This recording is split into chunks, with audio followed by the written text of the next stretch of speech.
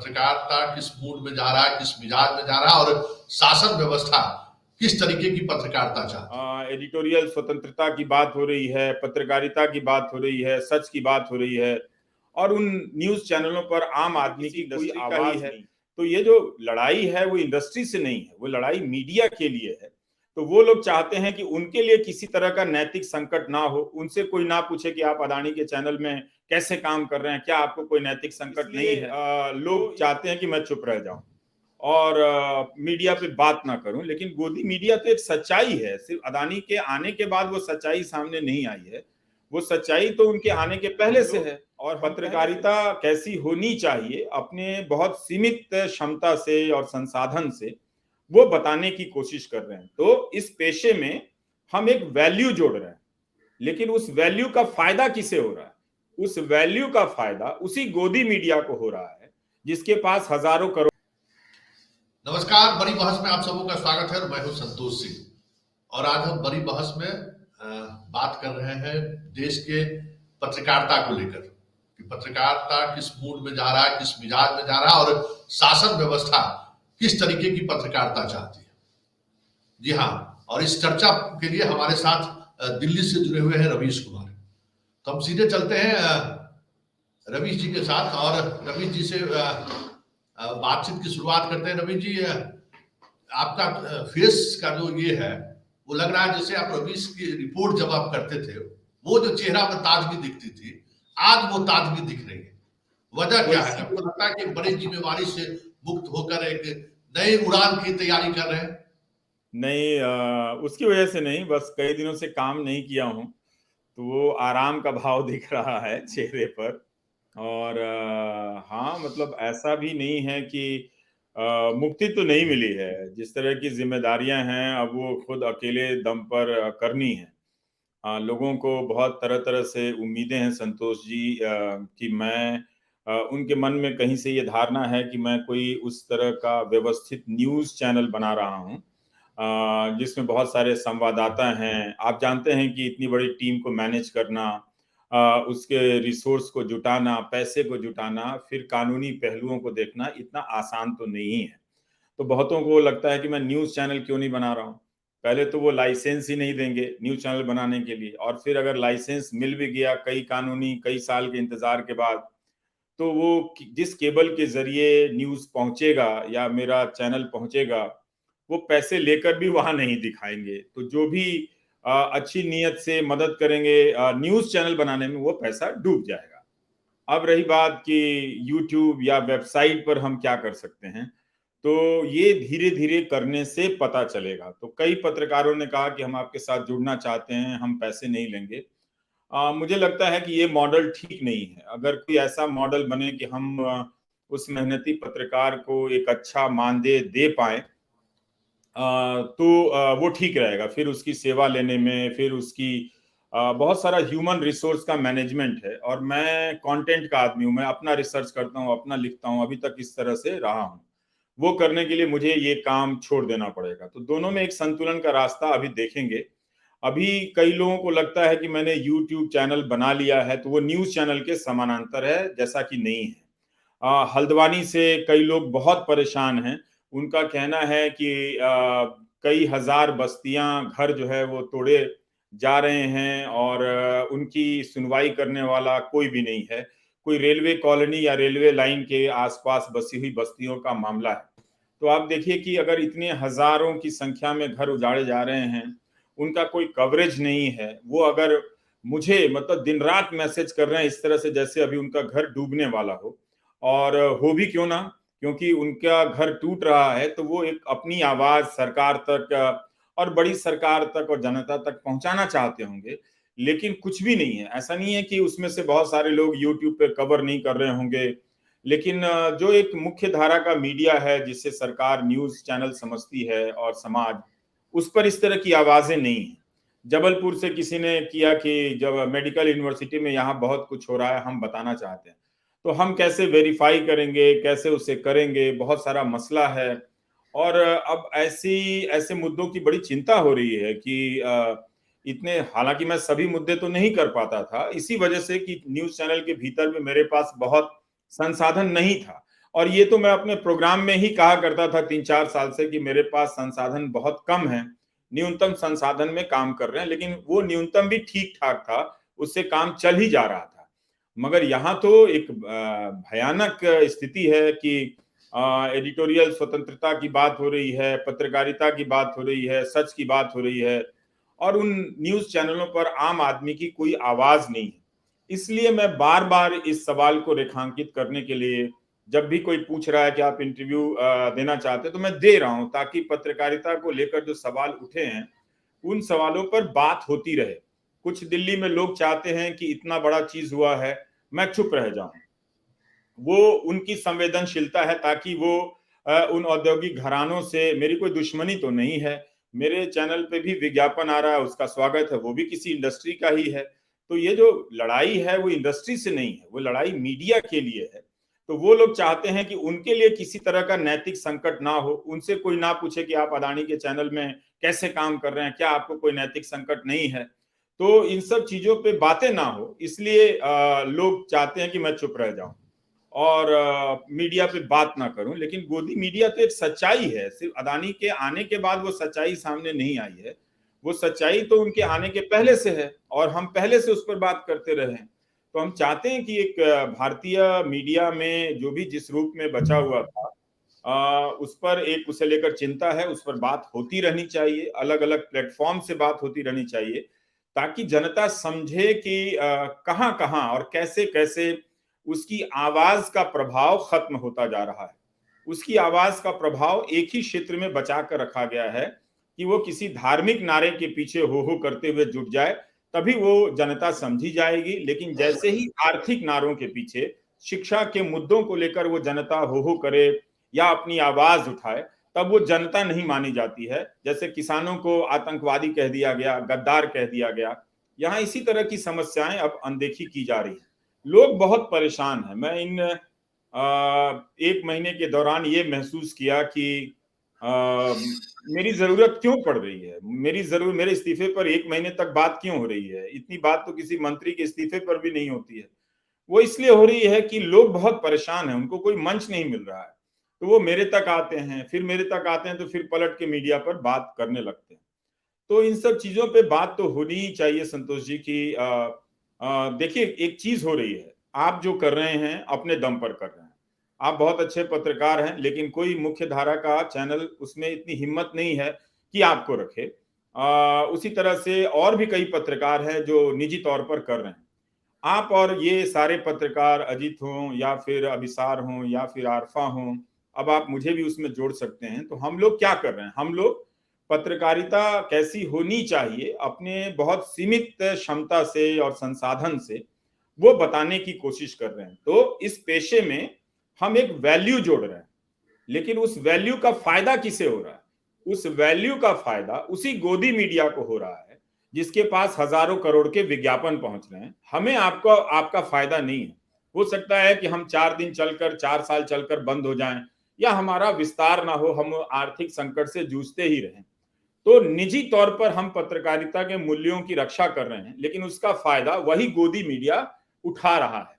तो बहुत तरह के सवाल सामने आ रहे हैं। तो इन सवालों को जनता के सामने तो मैं एक बार नहीं 1000 बार रखूंगा और यही कहूंगा कि अगर वो आजाद महसूस करना चाहती है तो वो गोदी मीडिया ना देखे, उसका कुछ भी नहीं बिगड़ेगा। अगर वो शाम को टेलीविजन ना देखे तो मोहल्लों में टहले, दोस्तों से बात करे, उसका सामाजिक स्वास्थ्य बहुत अच्छा हो जाएगा अगर वो गोदी मीडिया के न्यूज चैनल ना देखे।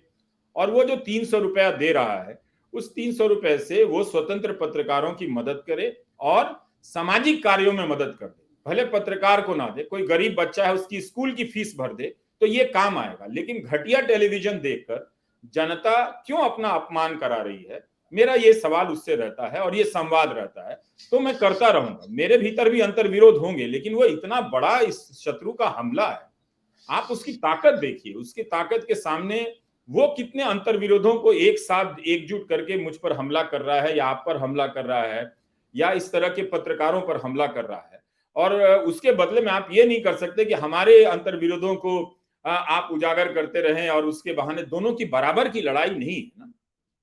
एक के पास सुसज्जित हथियार है, एक के पास मतलब मुकाबला करने के लिए गिल्ली डंडा भी नहीं है, तो कभी वो धूल उठा लिया, कभी पत्ते तोड़ लाया, तो कभी अपने जान बचाने के लिए भाग रहा है, कभी दौड़ रहा है, तो दोनों का मुकाबला नहीं हो सकता है। तो भारत की जनता को समझना चाहिए कि वो एक ऐसी शर्मनाक स्थिति पर पहुंच गई है जहां वो अपने पैसे से गुलाम बना लिए गए मीडिया को देख रही है। तो मेरा कहना है कि जो मीडिया गुलाम हो गया है उसका नाच क्यों देखना है, मत देखिए। बहुत सारे प्रतिभाशाली नर्तक हैं, आप वहां जाइए, जो असली नर्तक हैं, जो कई वर्षों की साधना करते हैं, उनका मान सम्मान बढ़ाइए। वो असली नृत्य है, उसमें भारतीय संस्कृति है, परंपरा है, बहुत सारे हमारे इतिहास के क्षण हैं। तो आप उन नर्तकों को जो जो स्वतंत्र हैं, स्वायत्त हैं, उनका सम्मान कीजिए। ये जो नाच रहे हैं लोग किसी के इशारे पर, आपसे ही पैसा लेकर और बाजार से पैसा लेकर, सरकार से पैसा लेकर, उन्हें मत देखिए। तो मैं चाहता हूं कि ये लड़ाई इस देश में शुरू हो। भले हम जीते ना जीते, लेकिन लड़ाई तो हो।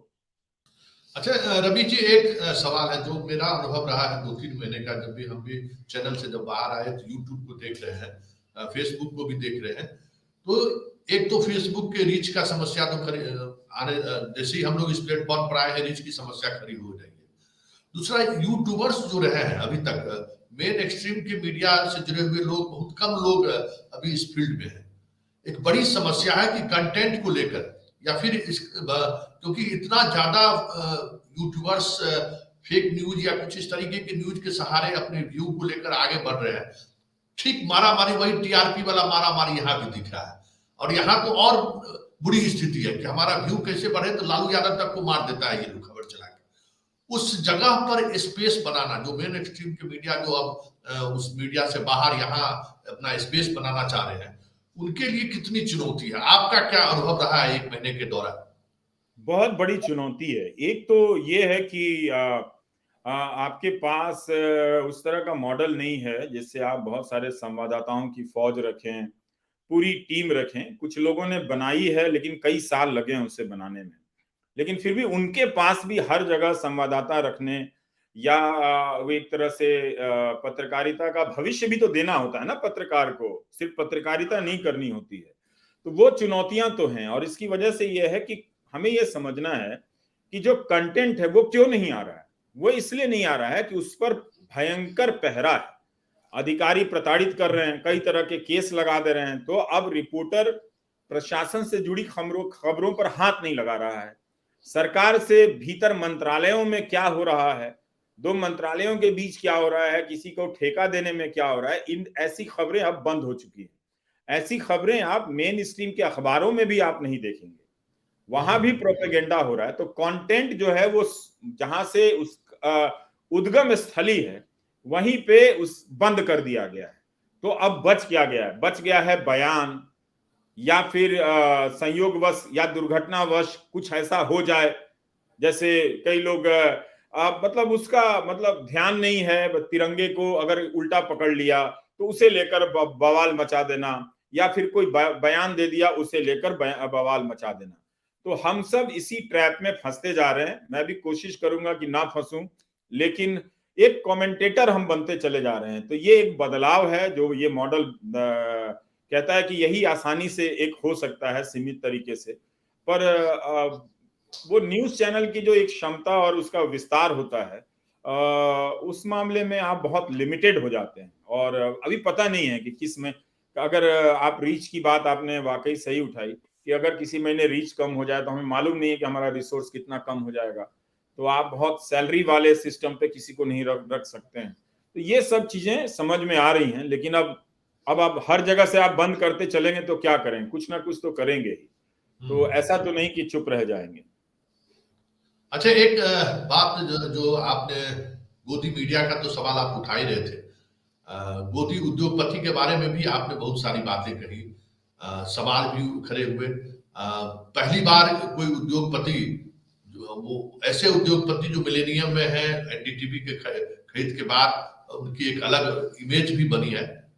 उस इमेज के बीच जिस अंदाज में वो आपको ट्विटर पर फॉलो भी करते हैं, देश के दुनिया के कुछ लोग, चंद लोग हैं जिनको वो फॉलो करते हैं, वो रवीश कुमार आपको भी फॉलो करते हैं।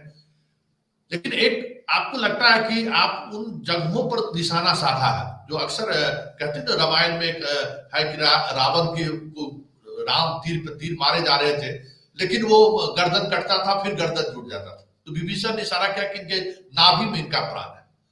तो क्या आपको लगता है कि जो आर्थिक लिबरलाइजेशन के बाद जो इस देश में कुछ लोगों के पास जो संसाधन सीमित होते जा रहे हैं, आपके इस अभियान के सहारे आप सीधा ऐसी जगह पर हमला किए हैं जिस पर बौखलाहट, वो भी पब्लिक इमेज को लेकर कॉन्सियस, पहली बार कोई उद्योगपति इस तरीके से सामने आ रहे हैं जैसे लग रहा है कि उनका पब्लिक इमेज खतरे में है, जबकि किसी इंडस्ट्रिस्ट के लिए जरूरी नहीं है। तो ये मुझे डर क्यों लगता है सामने आया है, इसकी वजह क्या लगता है?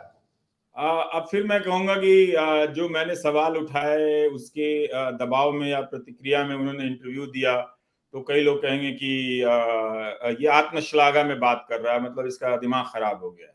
चलिए मान लेते हैं कि मैंने जो सवाल उठाए उसकी प्रतिक्रिया में उन्होंने इंटरव्यू नहीं दिए, लेकिन वॉशिंगटन पोस्ट में उनके बारे में बहुत विस्तार से खबर छपी है, उनके कोयला उद्योग के बारे में, और भी दुनिया के कई बड़े अखबारों में खबरें छपी हैं।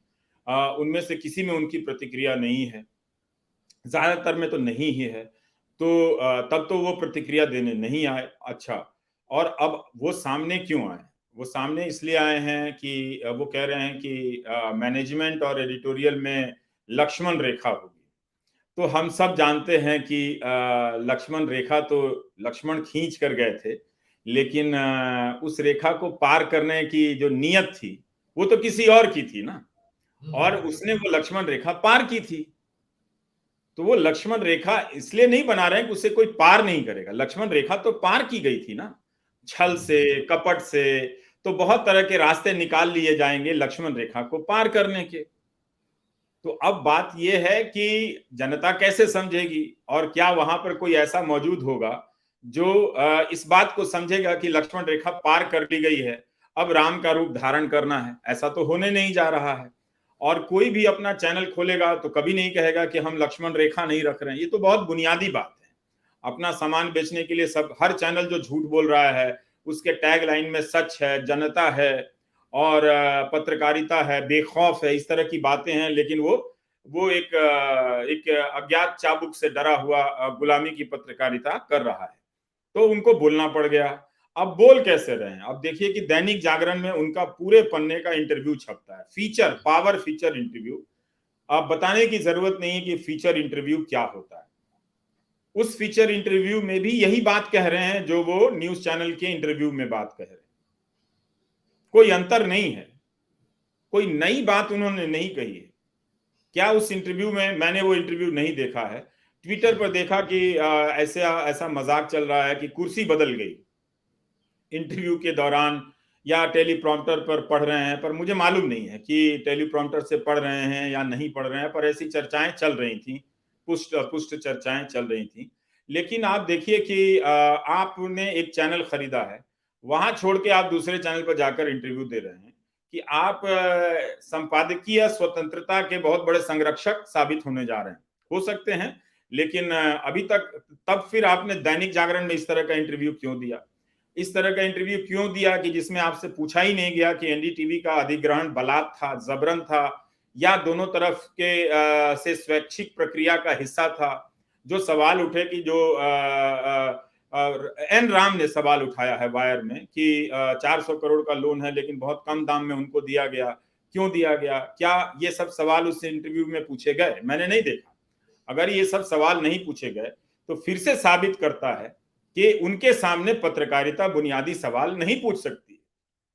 तो जिनके सामने कोई पत्रकार अच्छी कुर्सी पर बैठ सकता है, टैबलेट लेकर बैठ सकता है, पर जब सवाल ही नहीं पूछ सकता है, तो जनता ने उनके जवाब कम देखे, पत्रकार को गौर से देखा। और इसीलिए मैं कि उस इंटरव्यू से कुछ भी बात नहीं निकली। वो इसलिए नहीं निकली कि उस इंटरव्यू में कुछ पूछा ही नहीं गया। अच्छा रवि जी, आप एक गौर करिए, सारे इंडस्ट्रिस्ट कहीं कहीं न कहीं पहले भी चैनल रहा है, अखबारें भी नहीं है, लेकिन एक बड़ा बदलाव 2014 के बाद देखने को मिला। ETV network, Ramoji Rao film city, पूरा एक नेटवर्क पूरे बिहार का, बिहार सहित पूरे देश का नेटवर्क। पहले वो अंबानी खरीदते हैं। फिर एनडीटीवी के साथ जो जितने भी इस तरह के क्षेत्रीय चैनल है उनके खरीदने के लिए अडानी सामने थे, जबकि इनका ये व्यापार नहीं रहा है। उनका व्यापार, इस तरह के व्यापार से कभी कोई जुड़ाव भी नहीं रहा है।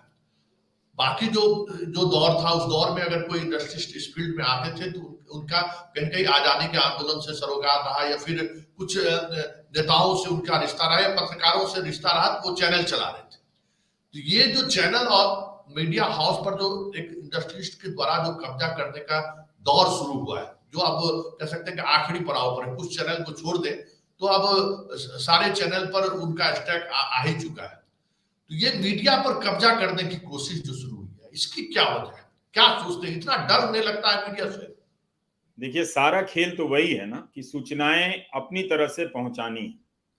8 साल में भारत के अकेले प्रधानमंत्री हैं जिनका 90% मीडिया पे कोई समीक्षात्मक आलोचनात्मक मूल्यांकन नहीं होता है।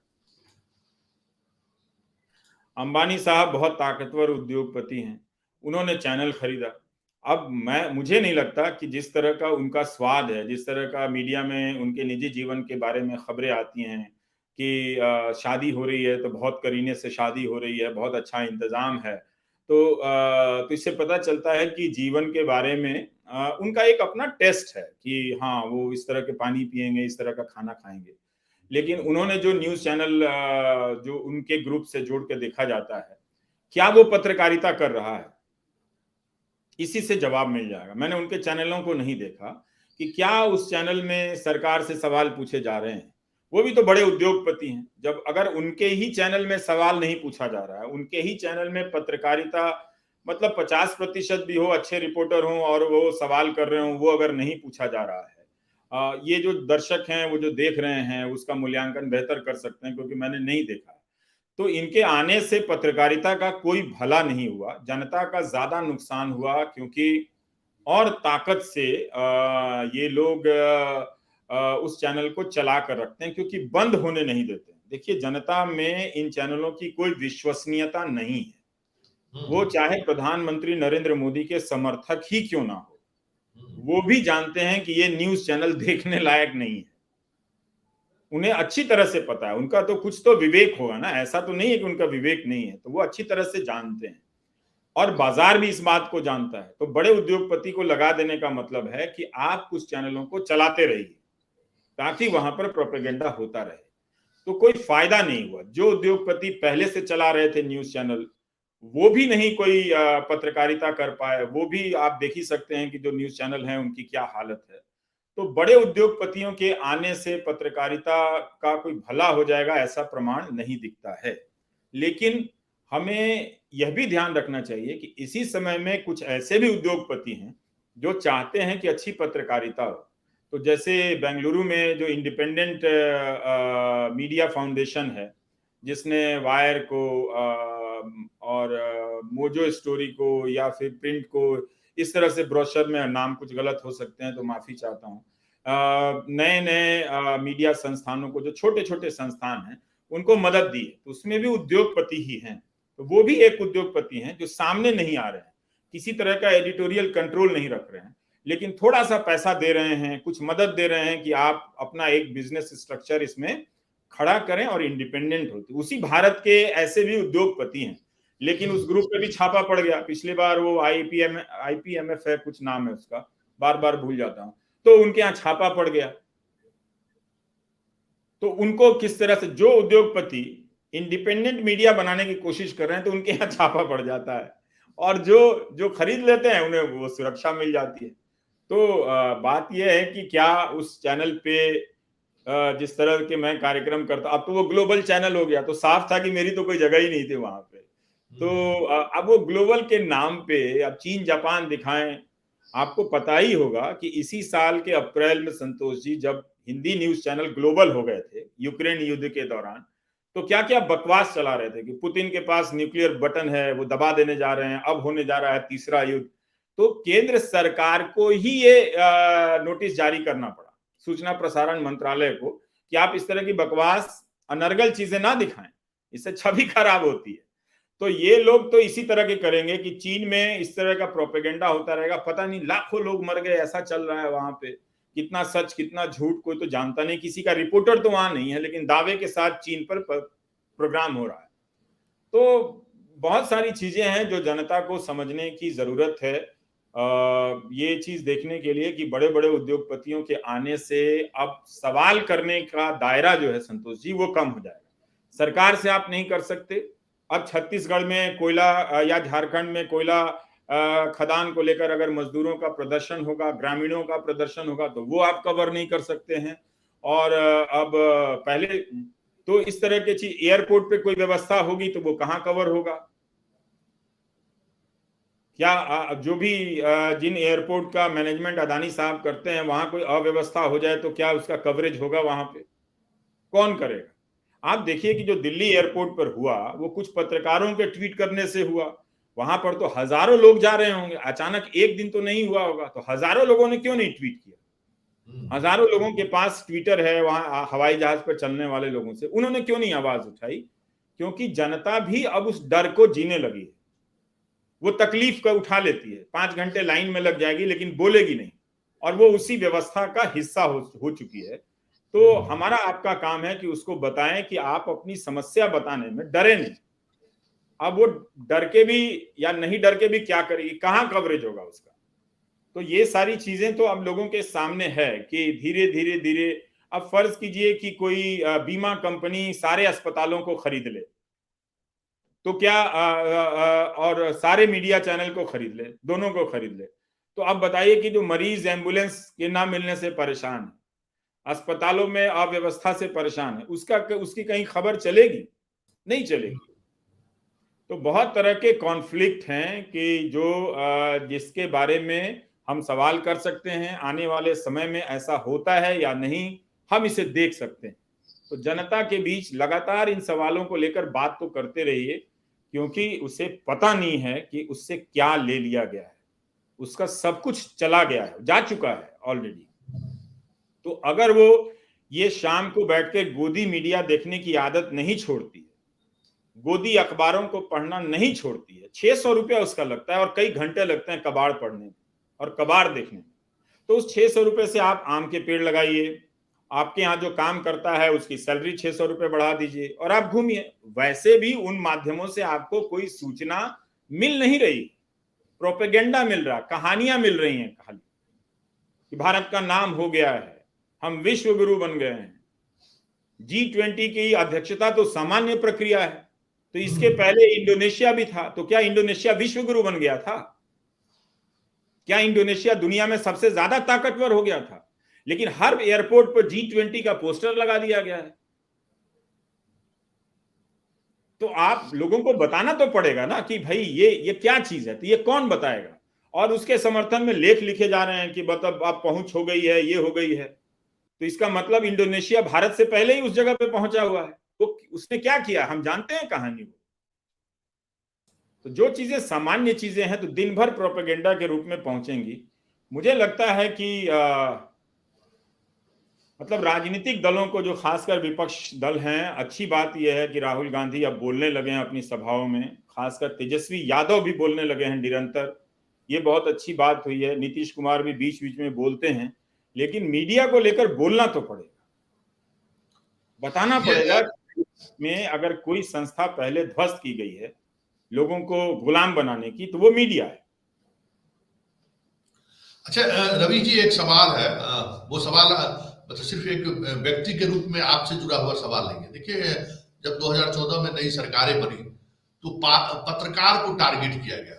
कई ऐसे पत्रकार जो सवाल करते थे, याद करिए अन्ना आंदोलन का वो दौर, जिसमें वो सारे पत्रकार जो उस वक्त पेड़ पे चढ़ के रिपोर्टिंग कर रहे थे उस भ्रष्टाचार के खिलाफ, वो सारे के सारे जैसी नई सरकार बनी वो दरकिनार कर दिए गए। लेकिन रवीश कुमार को दरकिनार करने में ये लगभग 8 वर्ष क्यों लगा? क्या प्रणब राय की भूमिका एक मालिक के रूप में उनकी बड़ी भूमिका रही, या क्या वो भी समझना चाहती है इस देश की जनता कि रवीश कुमार जो लगातार जनता के कारण ही, मैं जनता के कारण ही बना रहा, दर्शकों ने मुझे टिका कर रखा, इसलिए इस्तीफा देने के बाद जो मैंने वीडियो बनाया उसमें मैंने दर्शकों का बहुत आभार व्यक्त किया। उन्होंने मुझे मेरे मानसिक स्वास्थ्य की चिंता की, शारीरिक स्वास्थ्य की चिंता की, और किसी तरह की दिक्कत ना हो इसका हमेशा भरोसा दिलाया। और इस्तीफा देने के बाद लोगों ने संतोष जी साबित भी किया, बहुत बड़ी संख्या में लोग आगे आए कि हम आपकी मदद करना चाहते हैं, और गंभीरता से लोग पूछ रहे थे। तो उन्हें पता था कि इस एक व्यक्ति के जरिए उनकी आवाज किसी न किसी रूप में पहुंच जाती है, और वो आवाज अब बंद हो जाएगी। तो इसलिए वो एक ताकत बहुत लंबे समय से था। ट्रोल किया गया, मेरी विश्वसनीयता को खत्म करने के लिए कई तरह के किस्से बनाए गए, परिवार को निशाना बनाया गया, वगैरह वगैरह, लेकिन उससे कुछ हुआ नहीं। जब उससे कुछ नहीं हुआ तो दूसरा रास्ता निकाल लिया गया। मैं नहीं कह रहा कि मैं सिर्फ मेरे लिए ही हुआ, लेकिन उसमें एक मैं भी तो एक कारण हूं। नहीं तो आप कोई और गोदी चैनल खरीद के उसे आप पत्रकारिता का संस्थान में बदल देते, वो ज्यादा अच्छा होता कि आप किसी गोदी मीडिया को खरीद लेते और उसे वहां पत्रकारिता शुरू कर देते। तब जनता समझती कि हाँ वाकई आप नेक इरादे से आए। तो जहां मिला जुला के काम चल ही रहा था, लोग कर ही रहे थे, वहां जाकर आप कौन सा तीर मारने वाले। तो अब लोगों को देखना पड़ेगा कि उस चैनल पे क्या क्या नहीं दिखाया जा रहा है, पहले क्या क्या दिखाया जाता था, तब उस आधार पर जनता मूल्यांकन करती रहेगी। लेकिन मेरा मानना यह है कि वो ना देखे तो अच्छा है। ये जरूर था कि एक एनडीटीवी एक अच्छी कंपनी थी, और हमने वहां पर उस कंपनी के बुरे दिन भी देखे हैं और उस कंपनी के अच्छे दिन भी देखे हैं। ऐसी कंपनी बननी चाहिए। डॉक्टर राय ने जो कंपनी बनाई, उन्होंने जो एक कोशिश की, उनके सामने भी बड़ी ताकतें खड़ी हो गई, तो लेकिन वो लड़ते रहे। और जरूर उस कंपनी में बहुत सारे अंतर्विरोध रहे हैं, लेकिन उन्होंने एक सम्मानित जगह बनाई कि जहां आप रचनात्मक होना चाहते हैं, बेस्ट एडिटिंग करना चाहते हैं, अपनी तरह से बोलना चाहते हैं, फलना फूलना चाहते हैं, तो ये वो जगह है। तो हमने जितने भी मीडिया कंपनियों को जानता हूँ, वहां मैंने काम तो नहीं किया है, लेकिन निश्चित रूप से उन्होंने एक शानदार संगठन तो बनाया और अपने जीवन के एक लंबे हिस्से तक उसे चलाने की कोशिश की, चलाकर दिखाया भी कि जहां आप कर सकते हैं। लेकिन इस तरह से उनके हाथ से वो चैनल चला जाएगा, ये तो उन्होंने भी नहीं सोचा होगा कि, और मुझे नहीं लगता कि पैसा लेकर वो बहुत खुश होंगे। अब देखिए, शेखर गुप्ता ने एक आर्टिकल लिखा है, उसमें डॉक्टर रॉय की बड़ी तारीफ की है। अब उस आर्टिकल में कहीं ये बात नहीं है कि उनसे ये कंपनी जबरन ली गई या नहीं ली गई। अब इतने बड़े पत्रकार अगर लिख रहे हैं तो ये बात पर भी उन्हें लिखना चाहिए कि वो क्या है। पर सलाह दे रहे हैं कि आपने बहुत अच्छा सम्मानित जीवन जिया है, अब आप मस्ट वॉक अवे, मतलब चले जाइए, जो पैसा मिल गया तो लेके चले जाइए। हो सकता है कि वो खुश हों, पर हम तो नहीं जानते कि वो खुश हैं कि नहीं है। पर उन्होंने अपना चैनल बहुत मन से बनाया, और एक एक था कि एक क्वालिटी का प्रोटेक्शन तो वो करते थे कि नहीं, ये क्वालिटी है तो ये इससे छेड़छाड़ नहीं होनी चाहिए। कम हस्तक्षेप करते थे, आपसे उम्मीद करते थे कि आप क्या करेंगे। तो अब हर व्यक्ति का अलग अलग संबंध होता है एक संगठन में, तो मैं सबके बिहाफ पे नहीं बोल रहा हूं। मैं, मेरा और उनके जो संबंध है, एक तरह से कोई संबंध नहीं। मेरी पूरे 27 साल में अगर आप देखें तो 1 घंटे की भी टोटल बातचीत नहीं है उनसे। तो सोचिए कि वो यही बता, 1 घंटे की भी बातचीत नहीं। अगर मैं सोचूं कि 10 पन्ना लिख दूं उनके साथ क्या क्या बात हुई, तो मैं 10 पन्ना नहीं लिख सकता, तो एक ही पैराग्राफ में खत्म हो जाएगी बात। लेकिन वो इसका ये बताता है कि वो उन्होंने एक माहौल दिया, लेकिन वो मेरे जीवन में घुसे नहीं रहे। उनकी बात मैं कर रहा हूँ, बाकी लोगों की बात नहीं कर रहा हूँ। बाकी लोगों से अलग अलग अनुभव रहे हैं, उस पर बात करना ठीक नहीं है। पर उन्होंने देखा कि नहीं, आप अगर क्वालिटी का काम करें आप कीजिए। उनका काम था आपको सारी सुविधाएं दे देना, एक माहौल देना।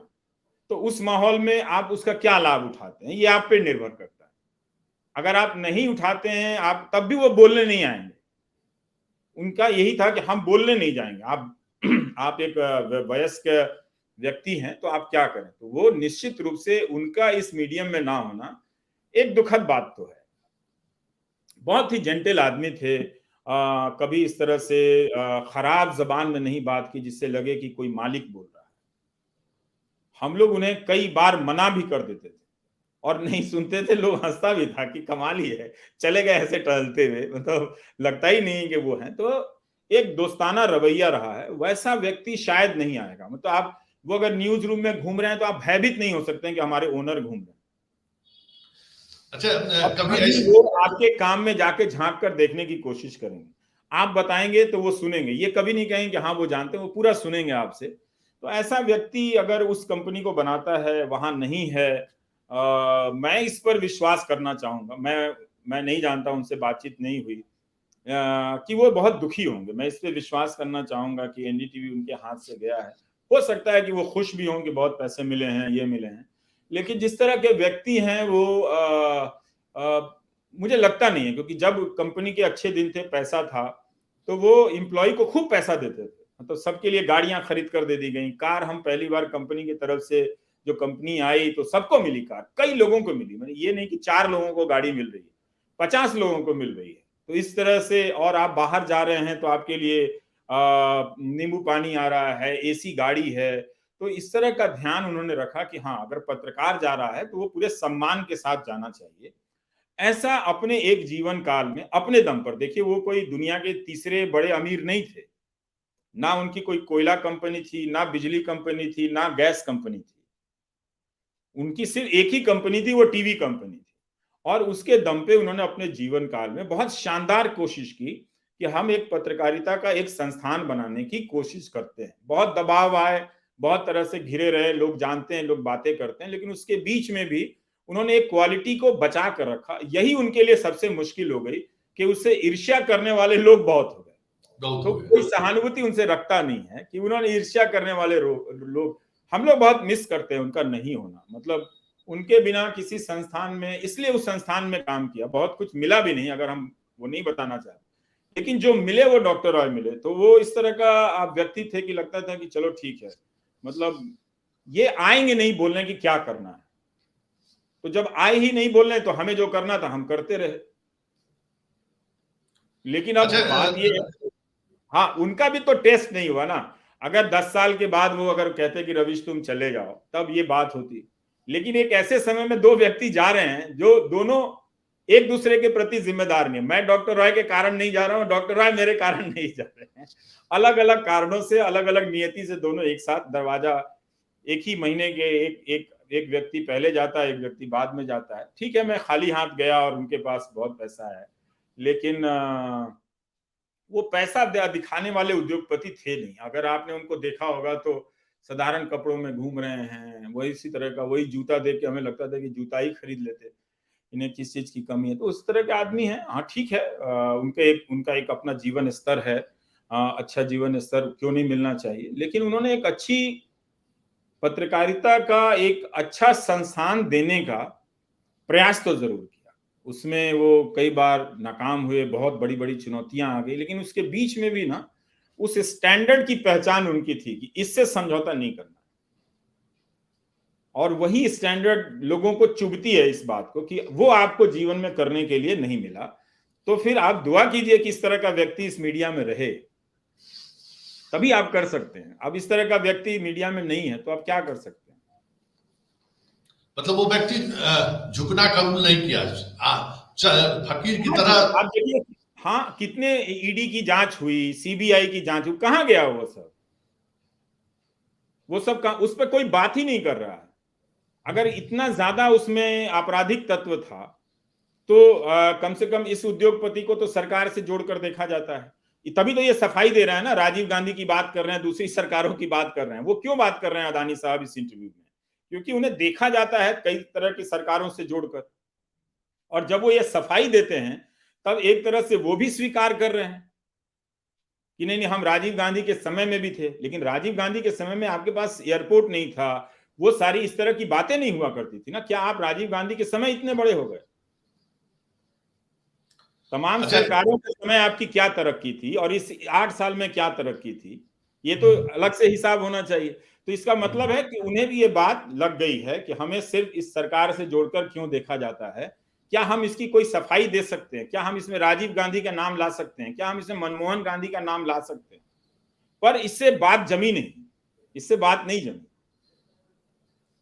तो एक ठीक है, तो उनके हाथ से एक कंपनी, अब वही व्यक्ति जिसपे सरकार ने बहुत सारे आरोप लगाए हों, मामले दर्ज किए हों, और एक ऐसा व्यक्ति जो सरकार के करीब देखा जाता है मीडिया में, वो व्यक्ति उस कंपनी को खरीदता, तो ये क्या कहता है?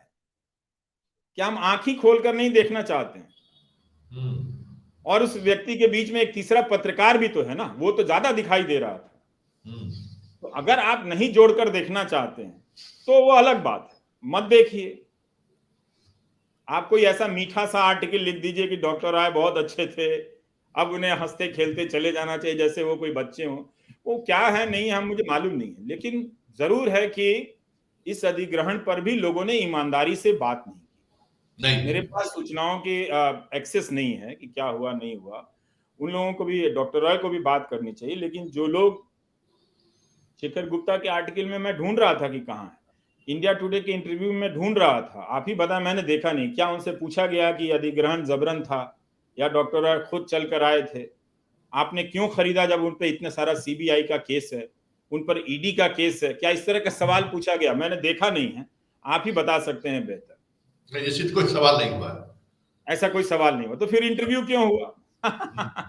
वही तो मैं कह रहा हूं ना कि आप दूसरे चैनल पर जाकर संपादकीय स्वतंत्रता की बात कर रहे हैं और आपसे जो सवाल पूछे जा रहे हैं उससे देखकर ही लग रहा है कि इसमें कोई स्वतंत्रता नहीं है, इसमें किसी प्रकार की लक्ष्मण रेखा नहीं है। तो बात यह है कि ठीक है, आपका राज है, आपके पास धन दौलत है, तो सब आप खरीद लेंगे, हम जैसे लोग मिटा दिए जाएंगे, कोई बड़ी बात नहीं। हम जैसे लोगों को मिटा दिया जाना, फर्जी केस में फंसा देना, 4 पुलिस वालों को भेज के एफआईआर कर देना, 2 महीने के लिए जेल में रख देना, 2 साल के लिए जेल में सड़ा देना, यही सब तो करेंगे ना वो। सामने से हमारे उठाए गए सवालों का जवाब तो नहीं दे पाए, अब उनके पास यही है। हर दूसरा आदमी मुझे कह रहा है किसी से पैसा मत लेना, ईडी आ जाएगी, सीबीआई आ जाएगी। जो जनता अच्छा, मुझे उसको रवि लेकर जी भी एक सवाल, भय खड़ा कर दिया जा रहा है। हाँ, एक सवाल भोजपुरी को लेकर जो आम चर्चा है जनता के बीच, हमारे अंदर भी ये सवाल कई बार उठा है कि भोजपुरी के सहारे जो जो आप संवाद स्थापित करना चाहते हो, वो भोजपुरी वर्ग इन दिनों, चाहे वो सरहद पर सेना के रूप में हो या कलकत्ता के बाजार में हावड़ा पुल के नीचे कूली हो, भोजपुरी आदमी हो या फिर किसी बड़े कंपनी का एमडी और सीएमडी हो, भोजपुरी भाषी का एक अपना अलग अंदाज है और वो बातचीत का तरीका भी एक अपना एक अलग, मतलब किसी क्षेत्रीय भाषा में, साउथ की भाषा को के बारे में तो उतना जानते भी नहीं है, लेकिन जो हिंदी भाषी क्षेत्रों में जो भोजपुरी भाषा को लेकर है, तो एक ये भी थॉट आ रहा है कि लगभग 50 से ज्यादा ऐसे लोकसभा क्षेत्र हैं जहां भोजपुरी भाषी लोगों का डोमिनेंस है, उसमें अधिकांश जगहों पर बीजेपी का कब्जा भी है। क्या रवीश के निशाने पर वो वर्ग भी है जो एक, जो आप गोदी मीडिया करते हैं, उसी तरीके से आजकल गोदी जनता भी हो गई है, जिनको कुछ समझ में नहीं आ रहा है हिंदू मुसलमान के अलावा, तो जो ऐसा वर्ग है गोदी वर्ग, क्या आप उसको टारगेट तो नहीं कर रहे हैं इन चैनलों के सहारे? नहीं नहीं नहीं, एक राजनीतिक दल से लड़ना एक अलग प्रक्रिया होती है, उसमें मैं किसी मुगालते में नहीं रहता हूँ। वो राजनीतिक दल की जो लड़ाई होती है वो राजनीतिक दल से होती है। हम एक सवाल उठा रहे हैं, तो जब मैं प्राइम टाइम में भी भोजपुरी बोला करता था और उससे पहले भी मैं लिखा करता था कि भोजपुरी ही मेरी मातृभाषा है, और मैं शायद हिंदी का पहला पत्रकार हूं जो ये बात कहता है कि हिंदी मेरी मातृभाषा नहीं है और भोजपुरी है, और भोजपुरी के बाद मैं किसी दूसरी भाषा को मैं मातृभाषा नहीं बोल सकता। तो अब इस भाषा में मुझे काम करना चाहिए था, मुझे कोई ऐसा मंच नहीं मिल रहा था। तो ये मौका मिला है, अब देखूंगा अपने समय के हिसाब से। इसमें एक से एक लोग हैं, सुप्रीम कोर्ट में बड़े वकील हैं भोजपुरी बोलने वाले, अर्थशास्त्री हैं, समाजशास्त्री हैं, और अभी तक तो हम ये समझते थे संतोष जी की भोजपुरी गानों की दुनिया में केवल अश्लीलता भरी हुई है, वो एक बड़ी सच्चाई है। लेकिन इस दौरान एक से एक कवियों से मुलाकात हुई, एक से एक भोजपुरी कवियों ने अपनी कविताएं मैसेज किए मुझे कि देखिए ये हमने लिखा है, और शानदार उसमें जनता की बात है, जीवन का दर्द है, श्रम का महत्व है, मेहनत मजदूरी की बात है, गांव खेत खलियान जिंदा है उन गानों में। तो भोजपुरी के एक से एक गीतकार हैं, एक से एक कवि हैं, जिन्होंने एक अच्छी सांस्कृतिक परंपरा बनाई हुई है, और वो भोजपुरी क्षेत्र में खूब लोकप्रिय है। जैसे बाबूरंग जी के बारे में मैं नहीं जानता था, कैलाश गौतम जी के बारे में मैं नहीं जानता था, वो कितने बड़ी हस्ती हैं। मोहम्मद खलील के बारे में मैं नहीं जानता था। तो मैं भी भोजपुरी का होने के कारण मैं भी भोजपुरी के बारे में बहुत कुछ नहीं जानता हूं। तो मैंने अपने लिए भी जानकारियों की एक नई दुनिया खोल ली है। और उसका दरवाजा खोल लिया है कि एक से एक लोग नई नई हस्तियों के बारे में जान रहा हूँ, नई नई प्रतिभाओं के बारे में जान रहा हूँ, उनकी कविताएं पढ़ूंगा, जो जीवित हैं उनसे बात करने की कोशिश करूंगा। एक भोजपुरी कवि गहमरी हुए, वो बड़े शानदार कवि माने जाते थे। तो मेरा दायरा भी काफी विस्तृत हो रहा है, तो मैं काफी उत्साहित हूँ और अपने आप को एक तरह से पुनर्जीवित महसूस कर रहा हूँ। एक तरह से रिन्यू हो गया, लगता है नवीनीकरण हुआ है लाइसेंस का, और इसी बहाने अपनी भाषा भी सीखूंगा और अपनी भाषा में लोगों से बात भी करना चाहता हूँ कि थोड़ा उसमें करें। वो वक्त के हिसाब से हम देखेंगे कि हम कैसे कर पाते हैं। तो ये एक चीज है। हाँ, तो और हम रवि चाहते जी, हैं कि में लोग, जैसे हमारे कई साथी हैं जो फिल्मों के बहुत एक्सपर्ट हैं, लेकिन उनकी भाषा भोजपुरी है। अब वो उनसे अगर हम फिल्मों के बारे में बात करेंगे कितना शानदार होगा। और तो बेजाय चीज तो नहीं है, निम्ने तो कैले बनी। अच्छा, ये एक सवाल, आखिरी सवाल, उसके बाद कुछ पॉलिटिकल सवाल भी हम एक दो कर लेंगे आपसे। अब इधर रखना पड़ेगा कि हमारे गेस्ट आए हैं। हाँ हाँ हाँ हाँ, वह वक्त कब वक्त अब चलेगा। हाँ ये आपको लगता है कि जब तक आप मेन स्ट्रीम मीडिया में थे, जिस तरीके से आप एक खास फ्रेम में चीजों को लेकर आगे बढ़ रहे थे, और अब जब आप मेन स्ट्रीम मीडिया से बाहर निकले हैं, तो बहुत सारी चीजें ऐसे सोचने को आपको मौका मिल रहा है जो जिन चीजों को सोचने और समझने के का समय उस वक्त आपको नहीं मिलता होगा। ये स्वाभाविक है। हम लोग भी जब मेन स्ट्रीम मीडिया में थे तो वक्त ही नहीं रहता, लगता था कि भाई सब कुछ उसी के लिए, सुबह रात सोने से लेके कार्यक्रम करने तक बस एक ही चीज दिखाई दे रहा है। एक सवाल आपसे है कि राजनीतिक रूप से भले आपसे मोदी से विरोध हो, वजह उसकी जो भी रही हो, लेकिन रवीश कुमार अगर जिस तरीके से मेन स्ट्रीम मीडिया से हटाए गए, अब एक दूसरे साधन माध्यम से वो जनता के बीच जाने की कोशिश में लगे हुए, क्या कभी आपके दिल में ये कसक रहेगा कि हम मोदी को लेकर, या मोदी के बारे में जो आपके मन में जो धारणा है, लोग अलग अलग तरीके से उसको प्रभाषित भी करते हैं, वो एक चीज रही, लेकिन दूसरी चीज रवीश कुमार के साथ ये रही कि पत्रकारिता को लेकर, एक भाषा को लेकर, एक ऐसी चीजों को लेकर वो जनता के बीच बने रहे, जो आज जिसका 3 से 4 मिलियन व्यू एक महीने के अंदर में अगर उनसे लोग जुड़ जा रहे हैं, ये एक सकारात्मक चीज है। इस देश में अगर आप अच्छे काम कर रहे हैं, या कहीं भी आप समाज के लिए, भले आपके लिए आपका परिवार उसमें आपके साथ ना हो, हर रिश्तेदार नातादार आपके विरोध में होगी, क्या एक दिन भर मोदी मोदी करते रहता है, फिर भी आपने वो लड़ता रहा, एकदम उससे जूझते रहे आप। ये चीजें एक पॉजिटिविटी, आपके मजबूती के साथ खड़े रहने से आपको लगता है कि एक ये चीजें आगे भी बड़ा दशक दशक तक लोग ये याद रखेंगे कि अगर आप में जिगरा है तो आप गोदी मीडिया से भी लड़ सकते हैं, गोदी सेठ से भी लड़ सकते हैं, और उस लड़ाई की कीमत जो भी आपको चुकानी पड़े, जनता आपके साथ खड़ी रहती है। ऐसा लगा आपको? नहीं, जनता ने तो मेरा दिल भर दिया। मैं तो बहुत प्रभावित हूँ इस जनता। मुझे लगता है कि हिम्मत मुझ में नहीं है, हिम्मत जनता में है। मेरे अंदर कोई साहस नहीं है। मैं एक सामान्य व्यक्ति हूँ, लेकिन जनता ने जिस तरह से प्यार और सम्मान इस वक्त दिया है, उसका एक बड़ा महत्व है। उसका महत्व ये है कि इसीलिए मैंने अपने इस्तीफे के बाद जो मैंने भाषण लिखा था कि मैंने अपने आसपास, तब मैं नहीं जानता था कि इस तरह का प्यार मुझे मिलेगा इस्तीफे के बाद, लेकिन तब भी मैं कह रहा हूँ कि मैंने अपने आसपास एक संस्था को बचा हुआ देख रहा हूँ और बनते हुए देख रहा हूँ। उसमें जरूर खराबी आई है, लेकिन उसी में से एक संस्था फिर से बन रही है, और वो संस्था है दर्शकों की संस्था। और ये जो दर्शक हैं वो कोई और नहीं है, ये जो लोग हैं ये नागरिक हैं। तो नागरिकों की संस्था बन रही है, बहुत शानदार है। दूसरी बात यह है कि हमने कोई मोदी मोदी नहीं किया है।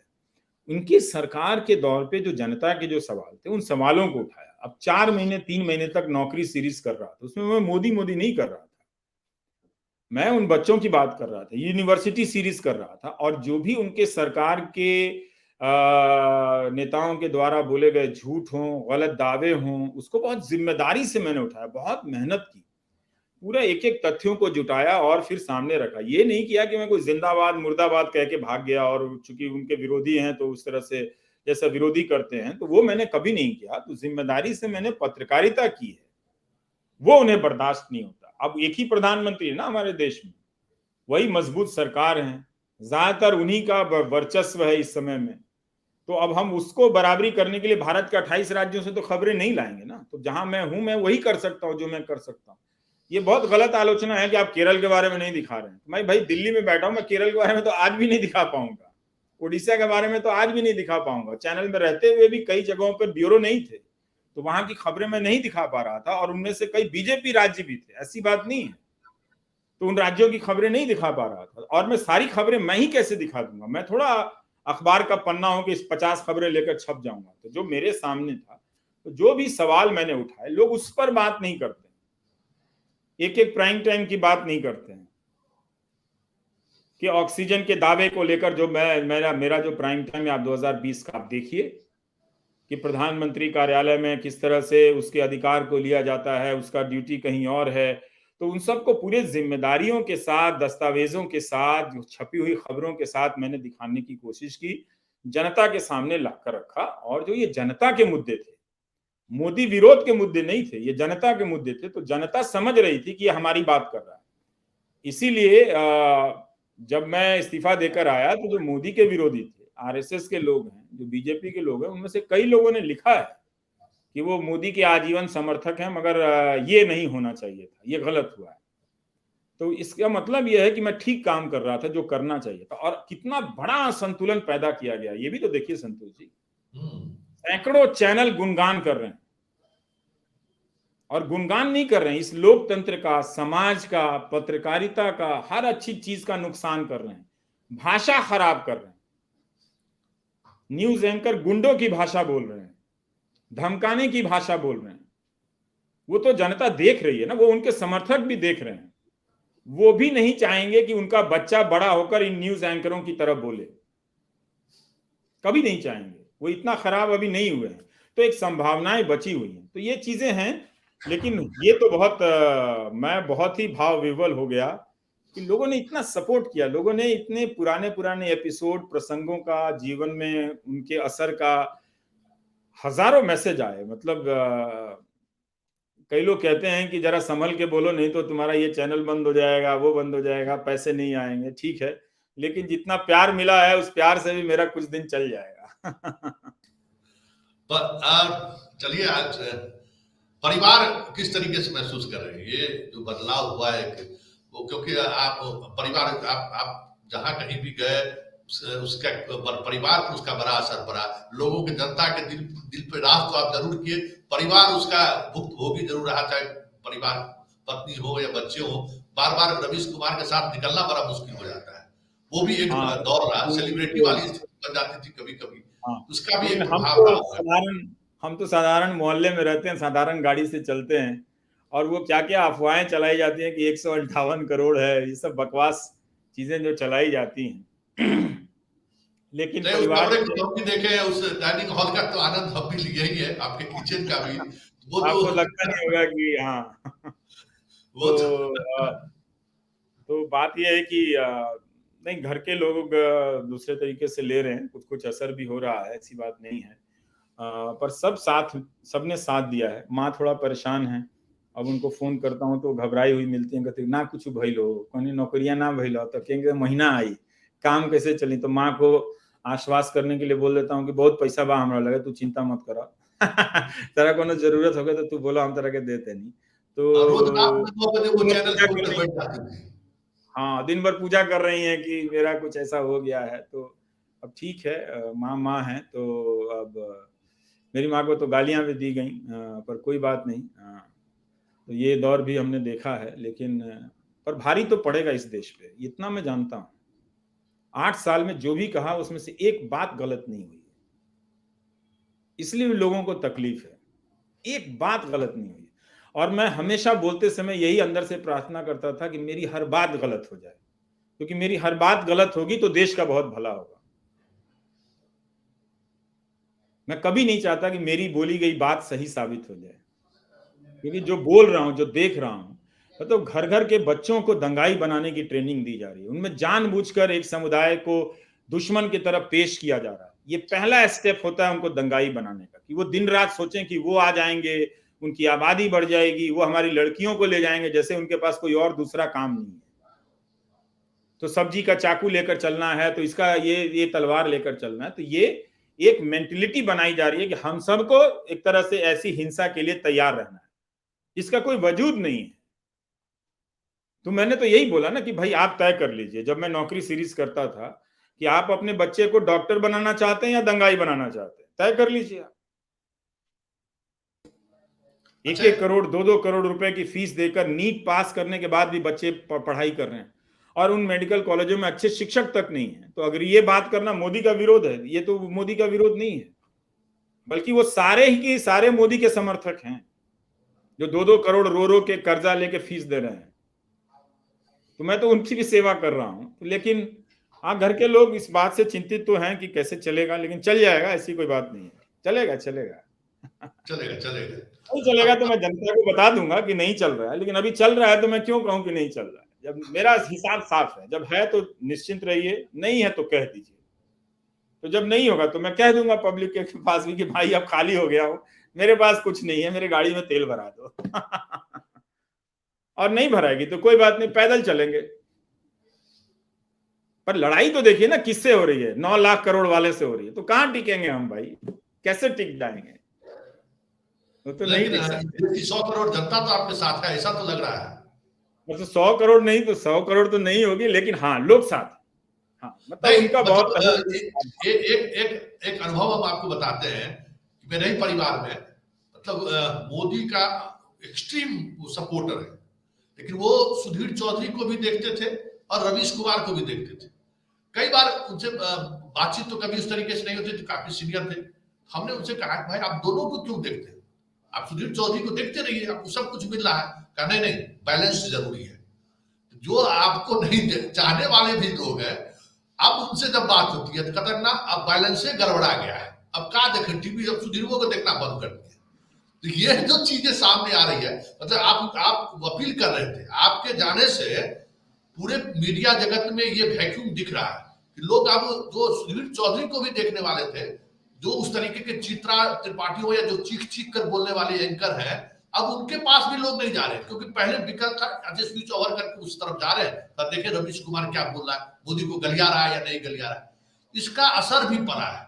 ये माइंडसेट क्या कहता है, क्या नहीं, हमने इसको किस तरीके से प्रधानमंत्री के बारे में हमेशा आदर सूचक शब्दों का इस्तेमाल किया है, लेकिन ये जरूर है कि ये मेरा सपना है कि देश के लोग लड़ें इस लड़ाई को और गोदी चैनलों को देखना छोड़ दें। ये मेरा सपना है। हो सकता है कि लोग ना छोड़ें, कोई मेरी बात ना सुने, पर मैं ये बात हर दिन कहूंगा कि आप एक दिन, एक सप्ताह, एक महीना ये केबल टीवी का कनेक्शन कटवाइए, मत देखिए। अगर आप देश के लिए इतना नहीं कर सकते तो फिर क्या कर सकते हैं। और मैं एक ऐसा काम बता रहा हूं जिसमें आपके कपड़े भी खराब नहीं होंगे, आपको पुलिस की लाठी चार्ज का भी सामना नहीं करना पड़ेगा, आपको सिर्फ टीवी का कनेक्शन कटवाना है, नहीं देखना है न्यूज चैनलों को, क्योंकि उसमें दिखाने लायक कुछ नहीं है, भरमाने वाला बात ज्यादा है। अगर ये लोग अच्छी बात है कि कोई ऐसा दर्शक है जो दोनों को देख रहा है और वो इस तरह से मिलाने की कोशिश कर रहा है, तो वो एक तरह से अपनी तरफ से जिम्मेदार दर्शक है। पर बात यह है कि जिस तरह का श्रम लगा है, जिस तरह का काम किया, रोज हजारों शब्द लिखे, आप खुद जानते हैं कि आप जब फोन करते थे तो बात करने का समय नहीं होता था, दिन भर सुबह 7 बजे से ही काम करता था। तो वो जो श्रम था उसमें एक तरह की ईमानदारी थी, पवित्रता थी, वो मैंने किसी लाभ की आशा में नहीं किया था, वो किया था। तो अब मेरा संस्थागत पत्रकारिता से मैं बाहर कर दिया गया हूं, तो अब मैं कहता हूं अब मैं पूर्व पत्रकार हूं। अब पत्रकारिता की जो मर्यादाएं हैं वो मुझ पर लागू नहीं होती। तो मैं विज्ञापन भी कर सकता हूं, मैं गाड़ी भी चला सकता हूं, टैक्सी भी चला सकता हूं, मैं कुछ भी कर सकता हूं आजीविका के लिए। लेकिन कोशिश करूंगा कि जो काम करूं, जो बोलूं, वो पूरी जिम्मेदारी के साथ बोलूं। लेकिन और भी दायरे होंगे, मुझे मालूम नहीं है कि कहां कहां से ये लोग मेरी कमाई को बंद करते चले जाएंगे और क्या स्थिति होगी। तो वो सारी स्थितियां हैं, पर अच्छा होता कि देश की जनता में यह स्वाभिमान जागे और वो गोदी चैनलों को देखना बंद कर दे, गोदी अखबारों को देखना पढ़ना बंद कर दे, तो बहुत अच्छा होगा। ऐसा होता तो बहुत अच्छा होता। चलिए बहुत बहुत धन्यवाद। बात तो बहुत 10-20 मिनट क्यों नहीं थी, 1 घंटे बातचीत हो गई। वैसे ओहो कभी कभी तो हम लोग फोन पर भी इतनी देर बातचीत कर लेते हैं। थैंक यू चलिए संतोष, बहुत बहुत धन्यवाद। धन्यवाद। नमस्कार, बाय। तो ये हमारे साथ थे रवीश कुमार, और रवीश कुमार से तमाम मसलों पर बातचीत हुई। वो आगे क्या करने वाले हैं, किस तरीके से उनके अंदर बदलाव महसूस हो रहा है। जनता, मतलब ये भी जनता के बीच जाने की बात कर से पूरी तौर पर इनकार, लेकिन वो जनता के बीच दूसरे तरीके से जाना चाहते हैं। जो जनता ने जो इन्हें प्यार दिया, उस प्यार को वो बनाए रखना चाहते हैं अपना पत्रकारिता के सहारे। लेकिन बड़ा सवाल ये है कि अगर आवाजें इस तरीके से बंद करने की कोशिश जारी रही, तो फिर इस लोकतंत्र का मतलब क्या है? और अगर एक व्यक्ति की आवाज से इतना डर, जो लोकतंत्र पर बैठे हुए लोग हैं उनको इतना डर है, तो आप समझ सकते हैं कि वो कितने कायर हो सकते हैं। मतलब आवाज से डर, सवाल से डर, ये बड़ी बात है कि एक व्यक्ति के सवाल से डर। जो भी मीडिया में जैसे लोग हैं जो सवाल करते हैं, सवाल से डर लग रहा है, मतलब सामने वाला कितना बड़ा डरपोक है, ये भी समझने की जरूरत है। कि जो सवाल से डर जाए, वो समझिए कि वो सबसे डरपोक व्यक्ति है इस देश का। चलिए इस बड़ी बहस को यही समाप्त करते हैं, फिर किसी नए मुद्दों के साथ हमारी आपकी मुलाकात जारी रहेगी। फिलहाल हमें इजाजत दीजिए। नमस्कार।